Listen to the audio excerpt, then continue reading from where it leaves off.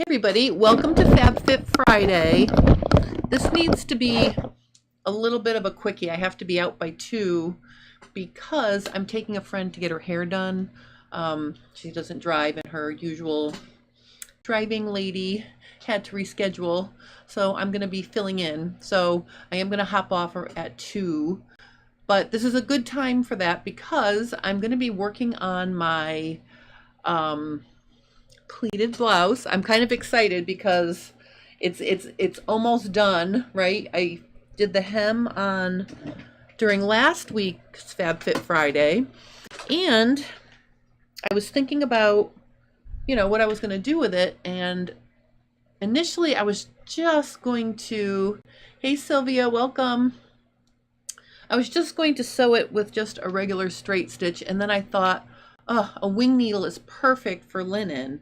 And I don't know if any of you have used a wing needle, but wing needles give a very distinctive heirloom quality to whatever you're sewing it onto. So like you may have heard, or you may even own hem stitched napkins, let's say, where they have the little detail where you see little holes around the seam that's holding the hem of the napkin in place. So this is kind of a similar thing. Let me just stop and say hi to everybody. Hey Mary. Oh, Mary says cute top. This is the bias cut blueprint top that I made last summer, and I wore it to conference, and then it occurred to me, I'm like, why am I not wearing it? Because it's such a fun, easy thing to put on. So I washed it, ironed it, and brought it up here so I could wear it for FabFit Friday today. Hey, Judy. Oh, Judy likes the blouse too. Thank you, thank you. Hey, Bonnie, welcome. Hey, Deborah. Hello, happy Friday from Northern California. Well, welcome from Northern California. So I've noticed when I really take my time, and I've been working on some of these projects, like when I made my double face linen shorts, I took my time and I did things over a few weeks. It gives me time to breathe and think about what I'm doing in between, so I don't just slap it together. So what I'm going to do here is I'm going to show you some things about twin needle, and then I'm going to stitch the hem. I'm also going to show you how I'm going to finish the neckline and the armholes, because I was also wondering for myself about that. I was going to use a bias strip of linen, but now I think because of the way the facing came out for the hem, I think I'm going to use a facing for that as well. Hey Sandra, welcome. I'm sorry. Whew, it's hot up here today. All right, let's look at what I have to show you. I'm going to put my top aside, and I want to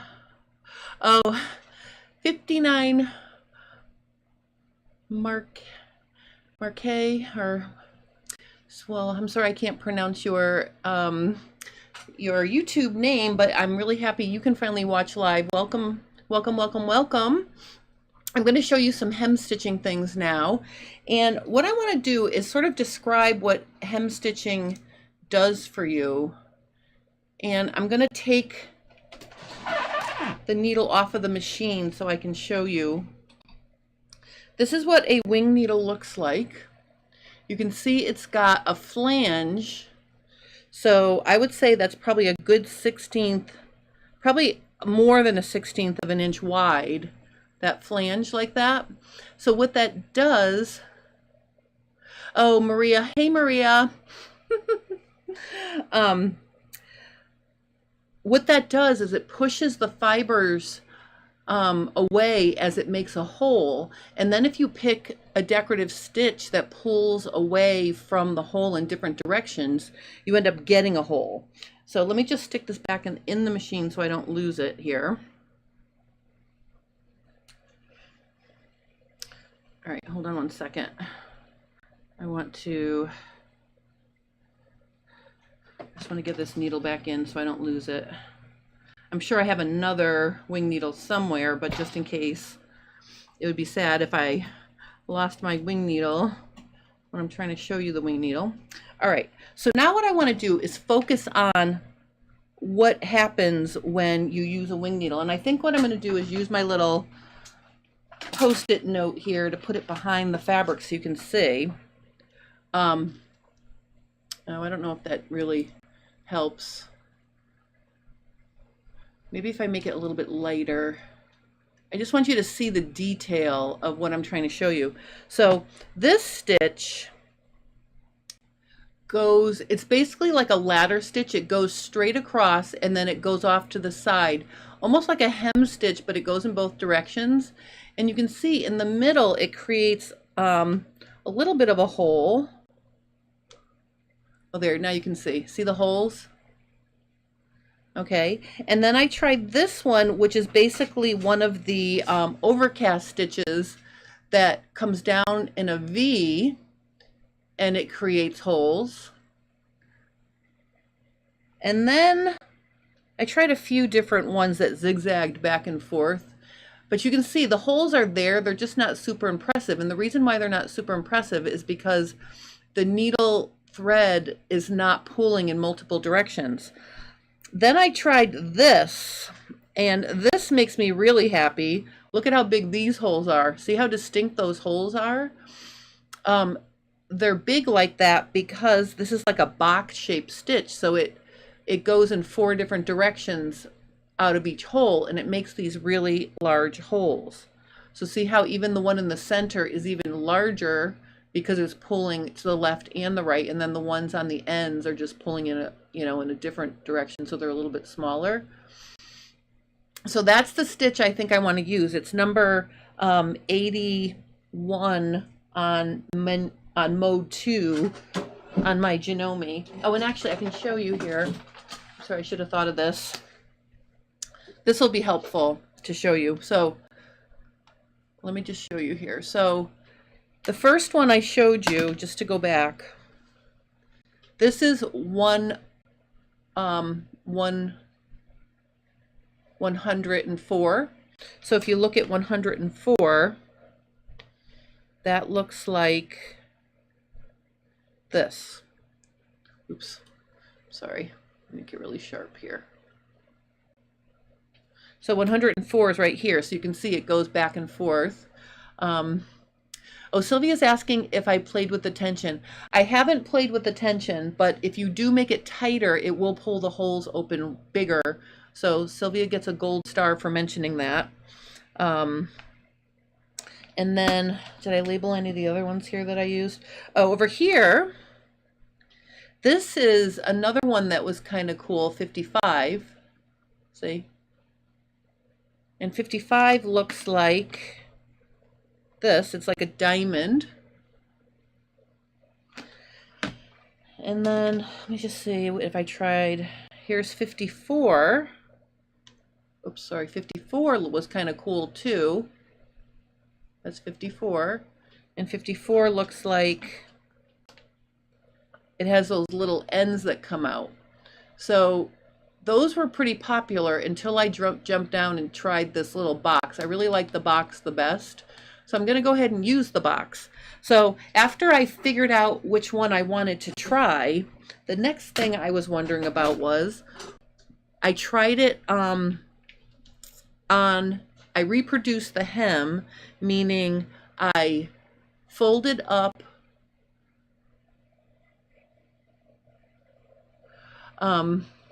Sylvia made that by hand once.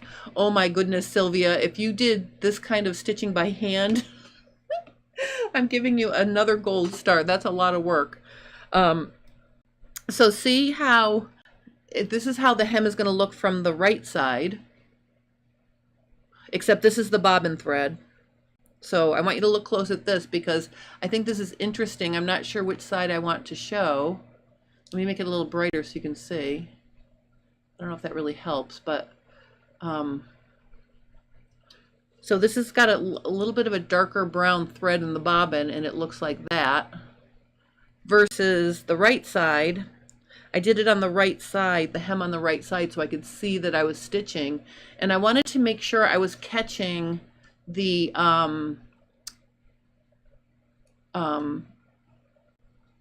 well, catching the very edge, so you can't even tell that the fabric is folded up here, but this is the inside of the garment.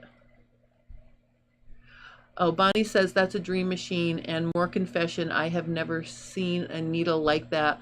Learning something new every day. Yeah, I think wing needle used to be really popular. I used to work at Manchester Sewing, and the wing needles there were used quite frequently because we did a lot of heirloom sewing.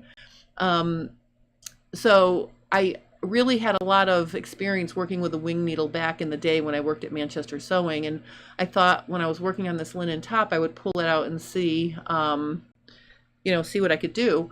But here's the cool thing. This is the inside of the hem. You can see here, there's the hem that I serged, just like I did on my garment.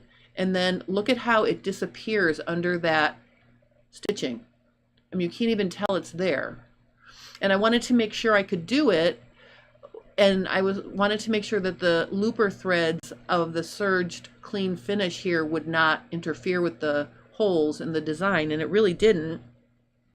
Like, I can't even see the serge stitching now. So that's how I'm going to finish the hem. And then I thought to myself, well, I better see if I could also hem stitch over pleats, because remember there are pleats sewn all the way to the bottom of my top. So I just pleated some fabric and stitched right over it. So you can see you can stitch over a pleat. And actually these pleats have one extra layer of fabric because I pleated the folded fabric here. So there's 4 layers here plus 2 more layers here. That's 6 layers of fabric that is making holes through. And on my actual hem, I'm only going through at the pleats. So wherever there's a pleat, okay, I've got 4 layers on the outside and then just 1 layer here. So if I can pleat through 6 layers, I know I can pleat through the 5 layers. So I'm going to be sewing from the wrong side so I can make sure I'm catching it right on the edge like that. So the other thing I want to make sure here is that I want to use, I'm going to switch. Here's what I'm going to do. I'm going to do another test. I'm going to put the bobbin thread in the needle, and I'm going to put the needle thread in the bobbin, and I'm going to see if I like the lighter color on the right side of the fabric. So that's what I'm going to check right now. And then after I do that, we're going to stitch it. Oh, before I start stitching, because I'm not going to have time to do everything today, because again, I have to leave right at 2 because I'm taking one of my friends who does not drive to the hairdresser later. I have to go get her at 2:30. So I can't stay late today. But what I want to show you here is I'm looking at my neckline. And remember, I used my differential feed to close it back in. So I wanted to check it. I wanted to check my original pattern piece here to make sure that I could actually create a facing pattern piece. So I folded back my allowance and I lined it up with the shoulder seam. And you can see that that almost perfectly lines up with the center front. So I'm going to use my pattern pieces to draw small facings, and I think I'm going to finish it with that. Although now that I say that, again, I might go back to the, I'm looking at this and I'm just saying to myself, a facing would be nice to finish it, but then do I want to have the stitching like this far away from the edge? Like, I don't know if I do. So this is still up for a decision. I might just use a bias strip to finish these. I don't know. We'll see. But for now, let's just stitch the hem. Although I like the fact that I was able to maintain the shape of the neckline and the armhole, so I can use the pattern pieces to create facing pieces if I decide to go that route. All right, so how about a bit heavier bobbin thread to show up? Yeah, I was wondering about that myself. All right, let me just see something. Hold on.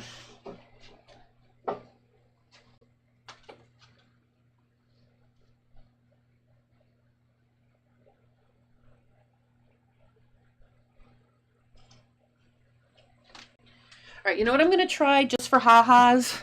It's not the right color for this, but I'm going to try it. I'm going to put some jean stitch thread in my needle, my wing needle, and let's see what kind of result I get. I don't even know if this is going to work. But I was telling somebody, I really like the fact that I can try things with you ladies and not worry about whether or not they actually work. Like, I don't feel any pressure to be perfect. Oh, wait a minute. I don't know if I'm going to be able to get this through this tiny little eye in this needle. Let me see if I can get it. Can I get it to go in? I don't think I'm going to be able to get this threaded, actually.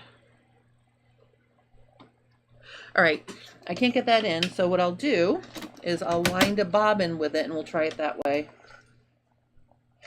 I never know with this heavier bobbin thread if my machine's gonna like it or not. Let's try it. Okay, Judy, we're trying Judy's idea of a heavier thread. And then if this works, I have a bunch of heavy threads I can look through to find one that kind of goes better with the fabric. Let's just say. I'm gonna wind a bobbin.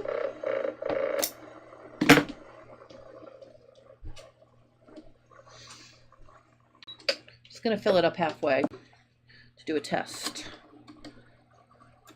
All right, so that's all set. Then let me just rethread my machine quickly.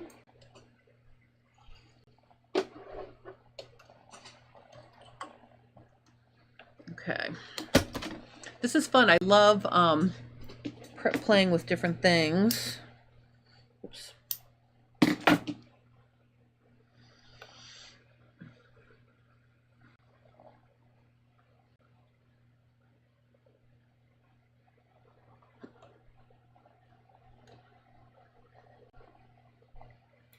All right, let's try this.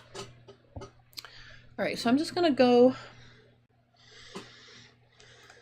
I'll just go down here next to the edge, and I'm gonna try, I'm still on that 80 stitch, the 81, so I'm still on this stitch. So let's see how it looks from the top side and the bottom side. Let's see if it works. So I think you can see, let me see if I can get right in there. Let me see if you can see.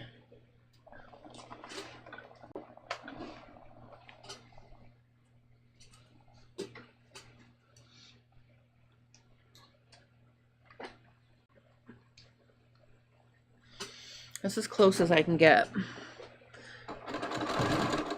I don't think you can really see it, but it's when it sews, it actually spreads the fibers apart to create the holes.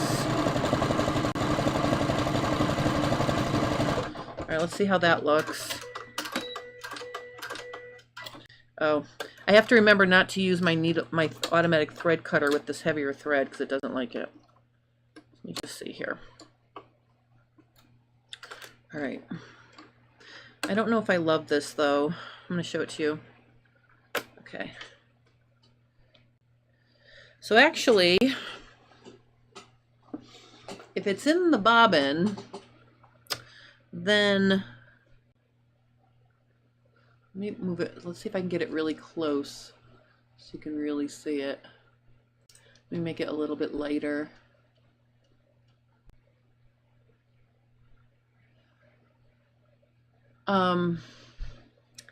So I don't know that that heavier thread really helps. I don't think it shows up actually much better than the other thread I was using. And here's the interesting thing about the other thread I was using. The other thread is only 50 weight or 40 weight, so it's a lighter weight thread. But honestly, I don't think this particular thread does anything for it. So I'm going to go back to using either the either the brown or the beige. So let me just see here. I'm gonna take this out.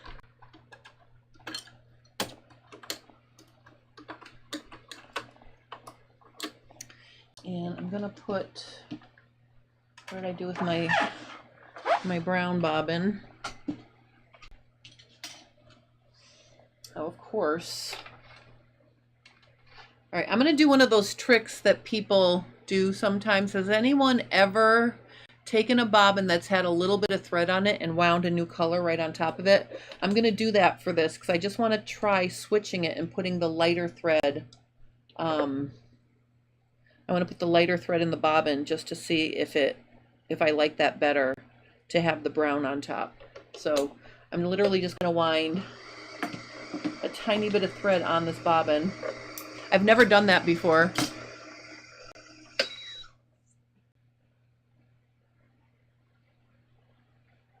Oh, Mary's asking about a double-eyed needle. And she said her friend's older Janome won't catch the thread in the top hole. That's interesting. I haven't tried a double-eyed needle, but that would be fun to look into. I'll put that on my list, Mary. All right, let me just try this. Okay, so I'm going to just thread the top of the machine with the bobbin thread color because I just want to see if I like the darker brown on top. And I'm going to stitch from the inside because I want to make sure I'm right on that serged edge so it's completely covered.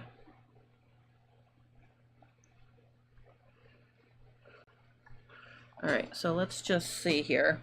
All right, so I'm going to stitch on this side and then I just want to see if I like the look of this darker on top.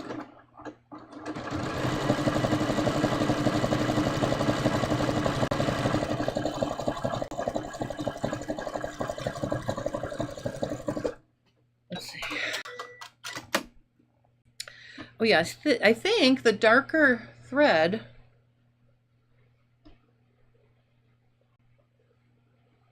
I think that looks better than the lighter thread. Oh, and of course, let me do it next to the lighter thread right here. Okay, so this is the light side, so we can compare right next to each other. This is the light thread from the right side. I'm just using one thread at a time, Sandra. But I put a different color in the bobbin and the top. So now I have the brown, darker thread in the needle, and I have the lighter sort of like, almost like a taupey, light taupey color in the bobbin. So what do we think about this? Oh, Joe says heavier threads fill up the holes and ruin the hem stitch effect. I could see that that would happen. All right, so let's just look at this. So I think I did notice that my my holes using 50 weight thread are much larger. So that's the brown. So I think you can see it much better. And actually with the brown, you can actually see the little squares. See how you can actually see. Let me make this a little bit darker maybe so you can see it. I'm trying to get the best color, the best light. Oh, hey Gail. I am using my Janome 67P, and this is the zigzag foot with the built-in walking foot in it. That's the foot I'm using. And I'm using a wing needle, which has the flange. See how there's a flange there to make holes. So I guess my question is, do I want a darker brown stitching on the bottom of my hem, or do I just want it to blend in more like this? So do I want the holes to be the star of the look, or do I want the stitch to be the...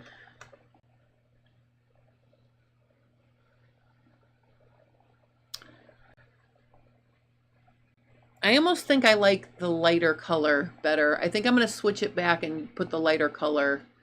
I'm going to leave the lighter color in the bobbin, so when I do it from this side, it's going to look like that. on the right side. I think I like that better than the darker.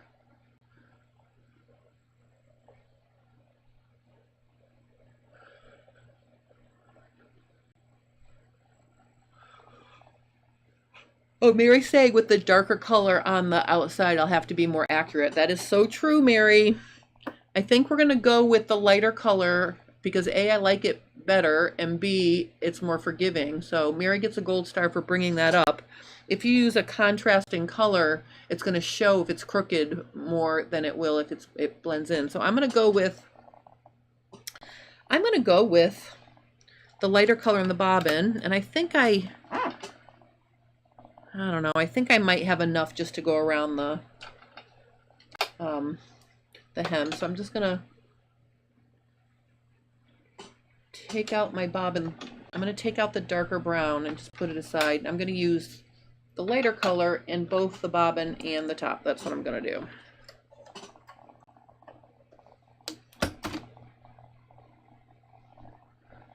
Oh yay, people are agreeing with me about the lighter color. Yay! Victoria says, I never knew wing needle. Very interesting. It is a fun little thing. And the thing is, you can do beautiful, you can make beautiful details. So the other thing I was thinking, I'm just going to put this back in here for a second. Just going to sew this hem. Then I might do some wing needle work on the blouse, the top itself between the pleats. So let me just show you what I was thinking about that as well. All right, so I'm just going to turn this way. I'm going to start at a side seam right here. I've got light in both colors, so I'm just going to do it. I'm just going to go around and do it because I've been fussing around with this now for a while, and eventually I'd like to wear this as a completed garment. So I'm lining up my presser foot so that the top of the stitch will run right along the top of the clean finished facing, and I'm just gonna let it rip.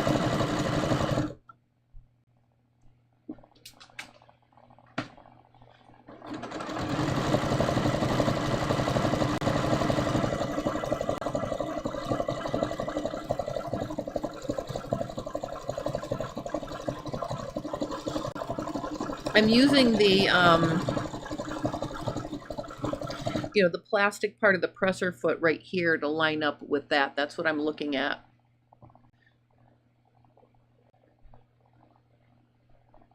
Oh, Lola says it makes a tremendous difference, to test it either on a single layer or a double layer and interfacing. So that brings up the good point. You want to test on the same fabric that you're going to be doing your wing needle work on, and you want to test it under the exact same circumstances. That's why I ran the sample first with the serged edge to make sure it worked.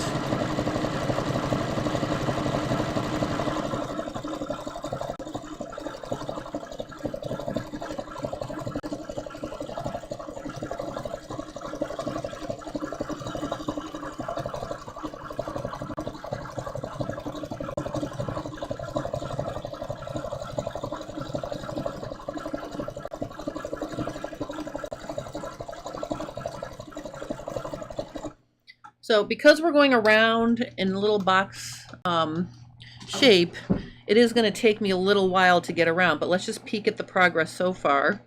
All right, so see so far, look how pretty that looks.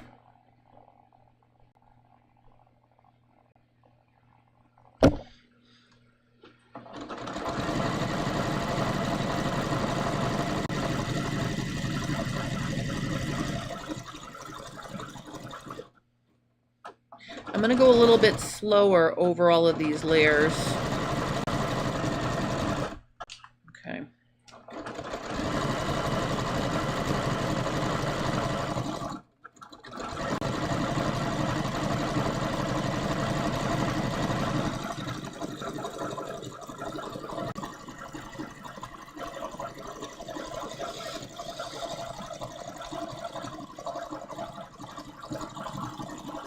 Thank you, Lola. After I finish stitching this, the last thing I'm going to show you guys is whether or not you can recover from a boo-boo. So I'm going to try to take out the hem stitching on the sample fabric to see if I could steam out the holes. That's going to be the last thing we'll try.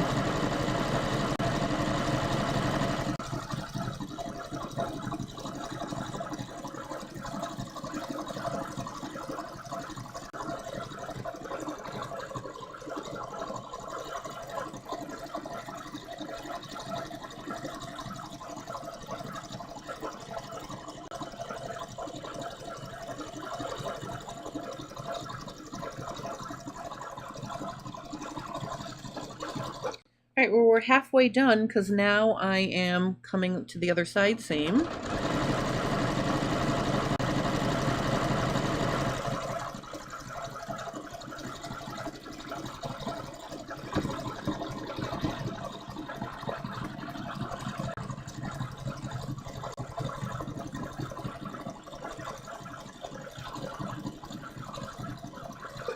get that pin out of the way. I almost sewed over a pin.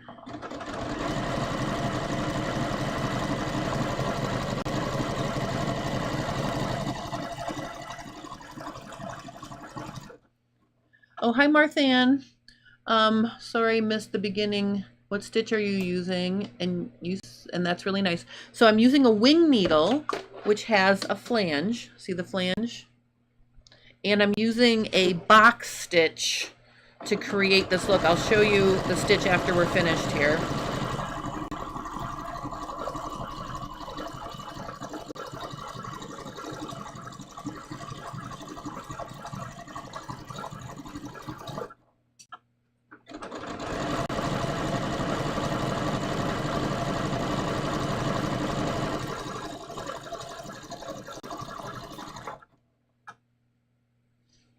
I think everybody needs to get a wing needle.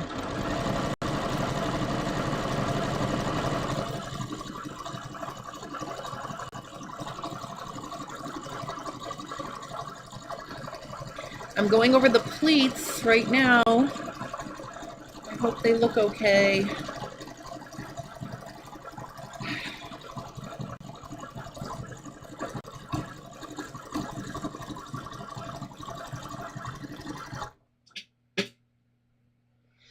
All right, we're almost halfway across the front.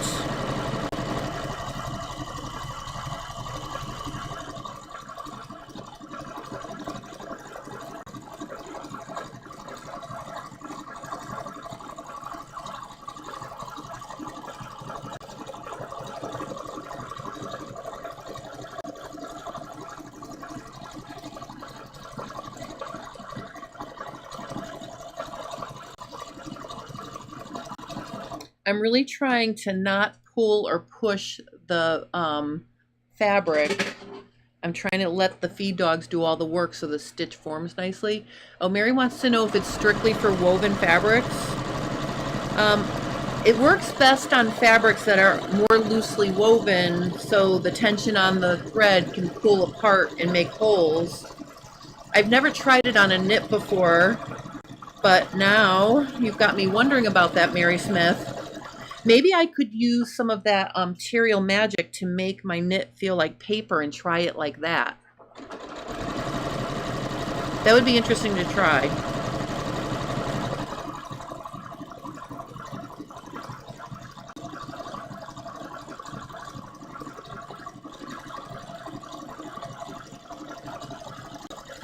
This really brings me back to working at Manchester Sewing. And Martha Poulin, we had her at our store. I don't know if you guys know who Martha Poulin is, but she's an amazing heirloom sewing teacher.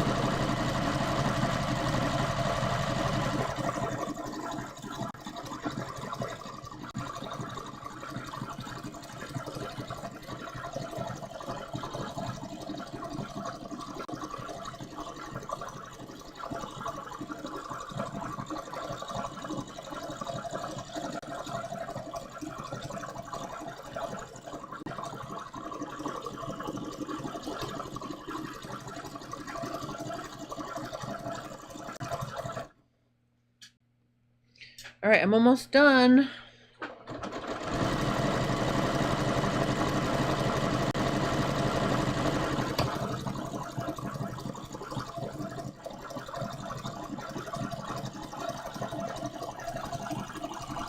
All right, when I get to my start point, I'm going to stitch really slow so I can find, oh, actually I can see it's actually lining up with the holes I made previously, so I'm just gonna lock it off here now that I've overlapped it a little bit.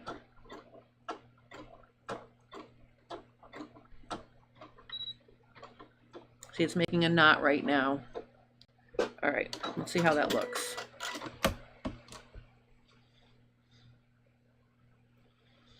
All right, so let's look and see. All right, I'm gonna put my machine down here for a second so I can get my pressing surface. Actually, I can put it over here. I'm gonna get my little pressing surface. All right, so now let's see how this looks.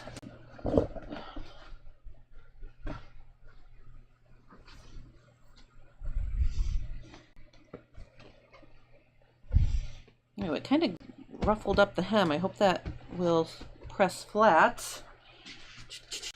All right, let's see here. Make it bigger. All right, let's see.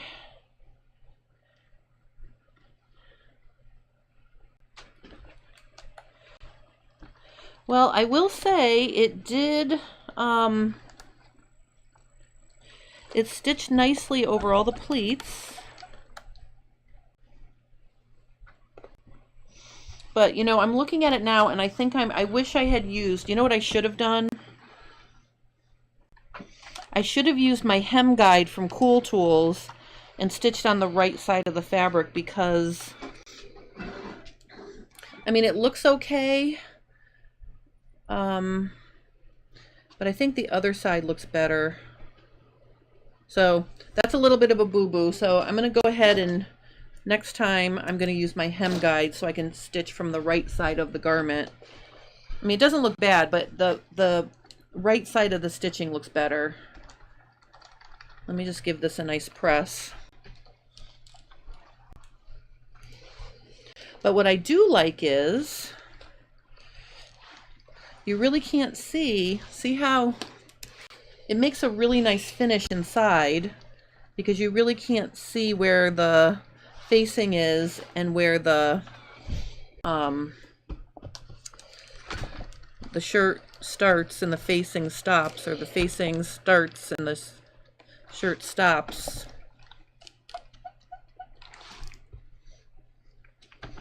I'm going to zero in way in so you can see. So see how nice that looks? Like that's on the inside.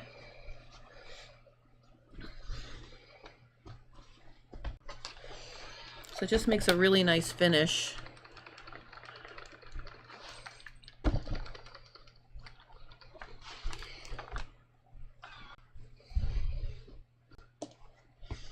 I think it did stretch it, or, you know, I think it pulled it a little bit tight as it sewed. So it is a little ruffly, but not too bad. Here, let me just lay it flat now to see how it looks now that I pressed it.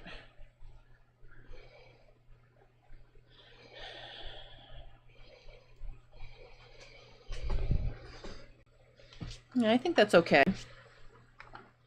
It's a little ruffly, but you can see it did a good job going over the pleats.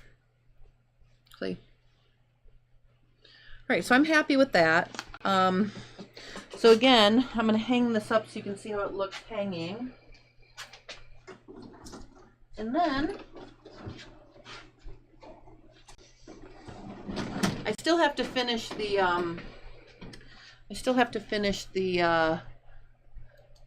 you know, the armholes and neckline, which I will, but let's just look at how it looks on a body.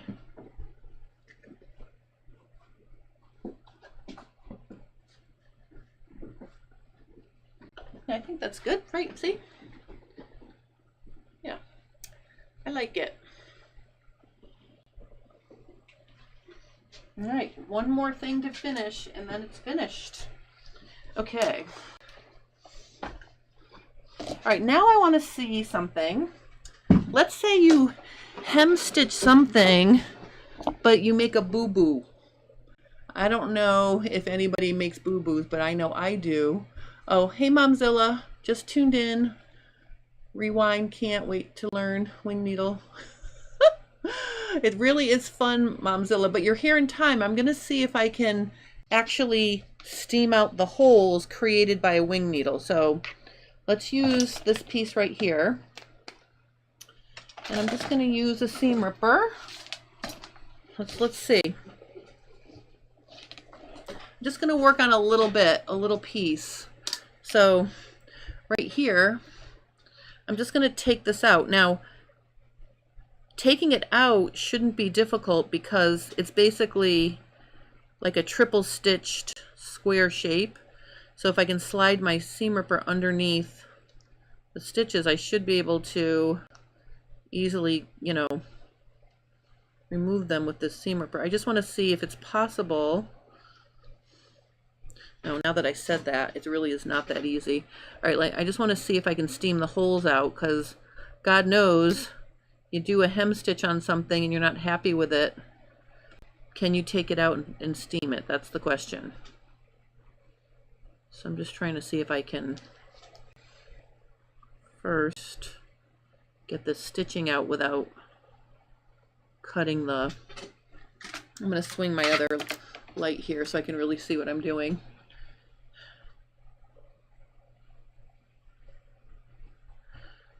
All right, so I thought this would be easy to take out because it's triple stitched. So all you really have to do is slide the ripper underneath the triple row of stitching. Let me see here.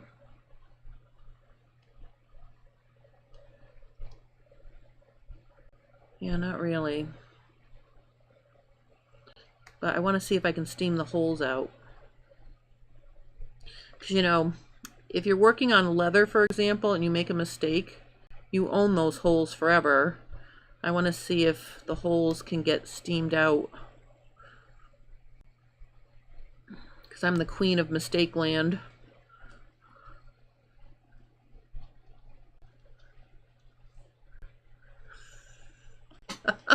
Mary says I live and breathe boo-boos. Well, that means you're doing something, Mary. I've said it before, I really feel like the only people who don't make any mistakes are the people not trying new things. So I'd rather make mistakes than avoid trying things. And also, I love sharing all my mistakes with you guys too. Like I said, I feel like I have a very safe space here to just work on stuff and show you what I come up with without worrying about whether or not it's, you know, perfect all the time. This is like real life sewing. All right, this is hard to take out. I'm just going to go ahead and admit it. But I want to see if I can take out enough. I want to see if I can steam the holes shut.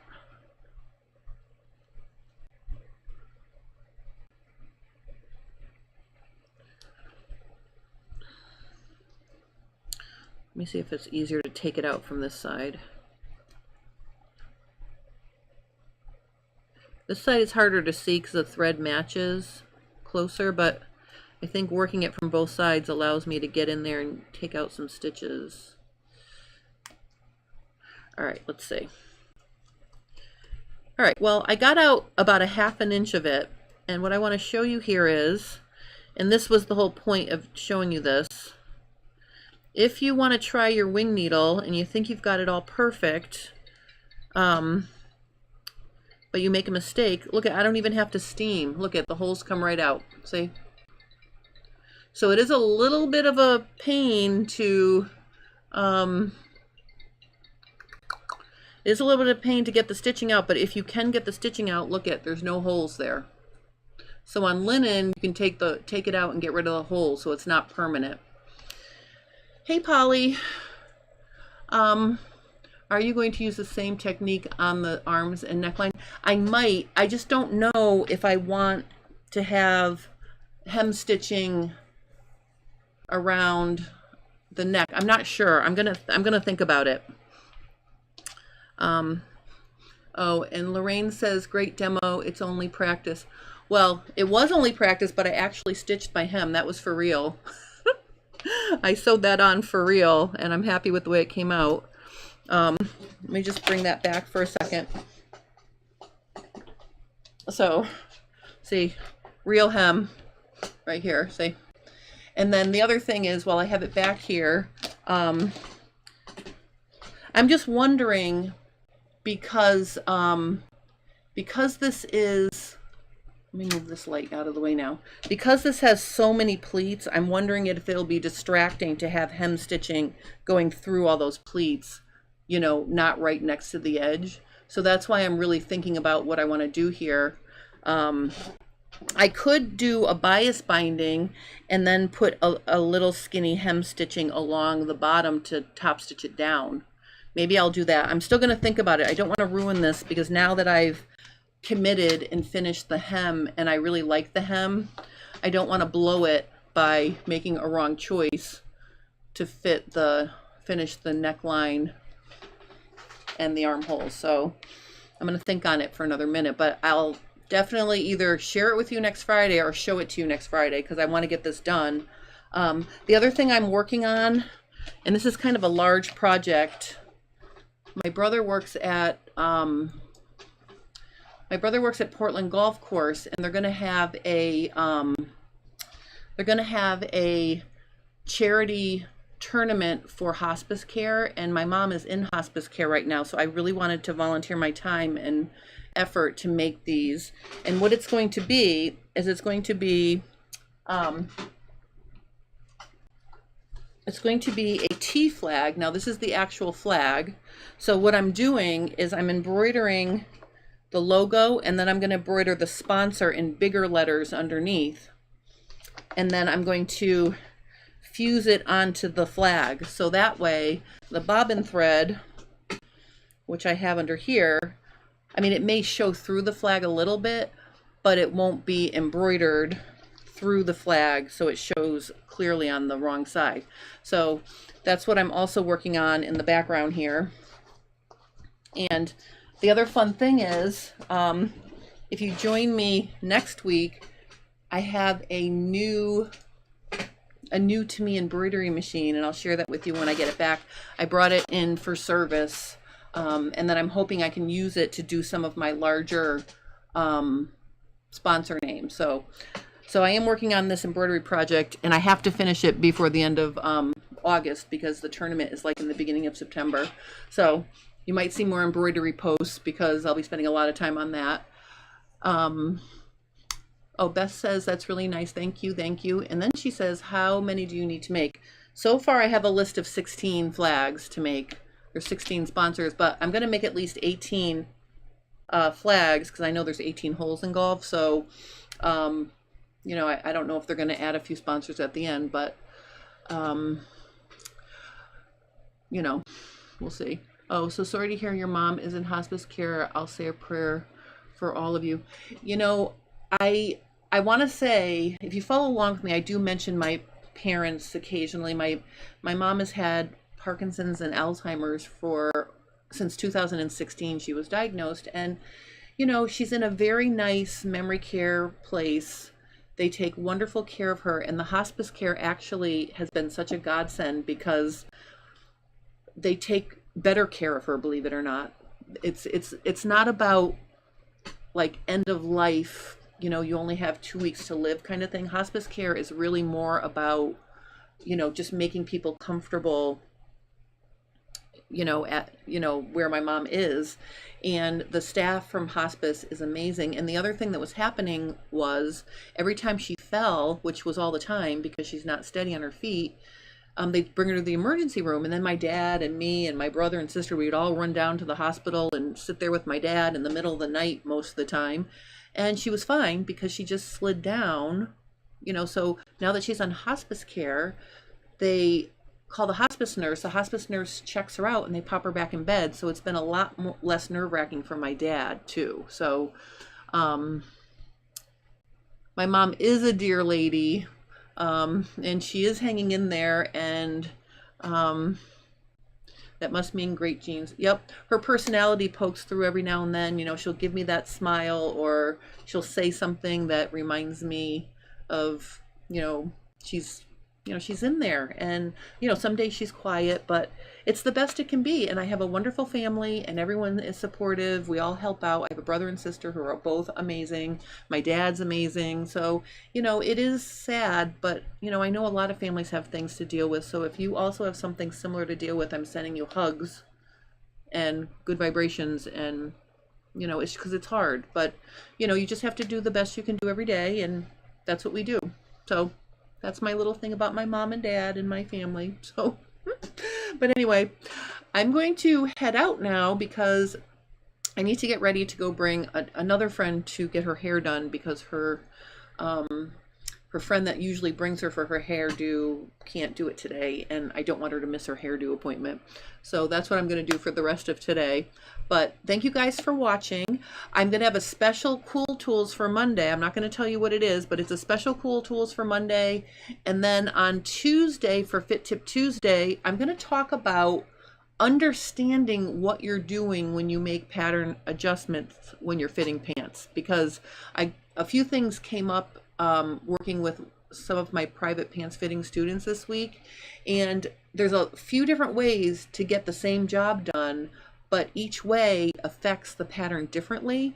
So I'm going to look at a few situations on Tuesday during Fit Tip Tuesday where you can get the same result in terms of the adjustment, but then how it affects other things on the pattern. And I think that's part of the reason why sometimes you feel like you're going around and around in a circle when you're trying to fit pants. So that's going to be my topic for Fit Tip Tuesday this week.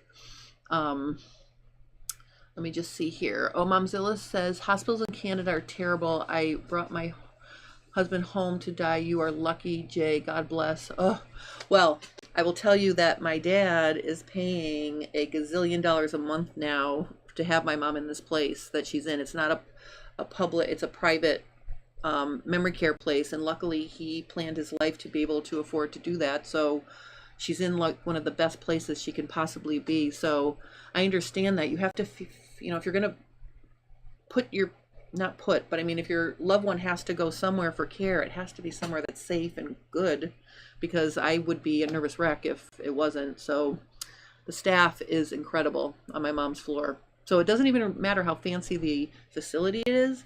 It comes right down to who's there day in and day out taking care of your mom or your dad or your husband or your wife or whoever it is. I mean, that's what it comes down to. So we were very lucky to find this nice place to have her, because it was just too hard for my dad to continue to take care of her after 5 years. So, it is hard.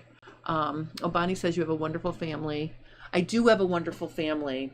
I do. I feel very blessed. And like I said, I know every family has things. So I'm just going to think about it as it's the best it can be. And we're just going to do every day, and just do it. That's what we're doing. Marthanne says you are so lucky to have a wonderful and compassionate family. I know. I count my blessings every day. Oh, Momzilla says private nursing homes here start at $6,000 a month. My mom's is $14,000. $14,000. I told my girls, I don't have that kind of thing for myself. So I told my girls, I'm like, if I lose my mind, just put me on the curb. I'll be okay. But it's expensive. But of course my dad has insurance to pay for a lot of this, ahead of time, but it is expensive and it is hard choices and it's all that. So, Victoria says, I retired as a nurse and hospice nurses were fantastic. They really, really are. They really are. I know, Momzilla, but here's the thing. Like I said, it doesn't matter how fancy the place is, because my husband's uncle passed away from Parkinson's, and he was at a different place that was not like my mom's, and he still got wonderful care. So it really just matters, where you find close to you, what's convenient for you, what you can deal with, what you can afford. It's all very hard. So, oh, hi, Diane. We got on the topic of talking about my parents and hospice care and hospice nurses, because I'm making these flags for a golf tournament in September. So we got a little bit off topic, but basically I finished the hem on the top. See, it's got little hem stitching, so you can check that out. And there you are. So thank you for coming, though. I'm glad you stopped in at the end. And I have to leave to go help someone get to the hairdresser. That's what I'm doing today. But anyway, all right. Oh, RT Blades, I was just going to sign off. You caught me just in time. So just recap, a very exciting cool tools for Monday, and just the only hint I can give you is it's not an Amazon thing. It's a special thing I want to share as a cool sewing resource. It's going to be Monday. Tuesday, I'm going to talk about some adjustments that can be made a few different ways, and what you're really doing to the pattern and how it affects the pattern to maybe eliminate some of the circling around when you're fitting pants. So that's going to be Tuesday. And then Friday, I'll show you the finished hem stitch top, or I will be finishing it during Fab Friday next week, depending on how it goes. So that's the recap of what's happening. Today I showed how to hem stitch the hem, and since there's 2 of you now that have arrived late, let me just show the hem one more time for anyone who came last minute. This is what we did today. I showed how to do this hem with the twin needle. Okay, so I think it looks just as lovely front and back. So you can check that out if you have come late, if you're interested in learning how to do a hem stitched hem. So, oh, thank you. Thank you for saying good luck, Sharita Fink. I hope I said that right. Thank you for coming too. I really appreciate it. All right, so I'm definitely signing off now. Oh, thank you, RT Blades. Get yourself a wing needle and play with it. There's so many cool things you can do with a wing needle. I'll probably be showing you some more things next week. So there you go. All right, everybody have a great weekend. I will see you later. And I hope you're all having a great day and have a great weekend. And oh, wing needle, not a twin needle. Yes, wing needle is not a twin needle. Twin needle has 2 needles. Wing needle has a flange to make the hole. 2 separate things. Oh, did I say twin needle? Everybody get a wing needle. If I said twin needle, I meant wing needle. Sorry, I'm trying to rush to get off now. So I'm going to go because I'm rambling.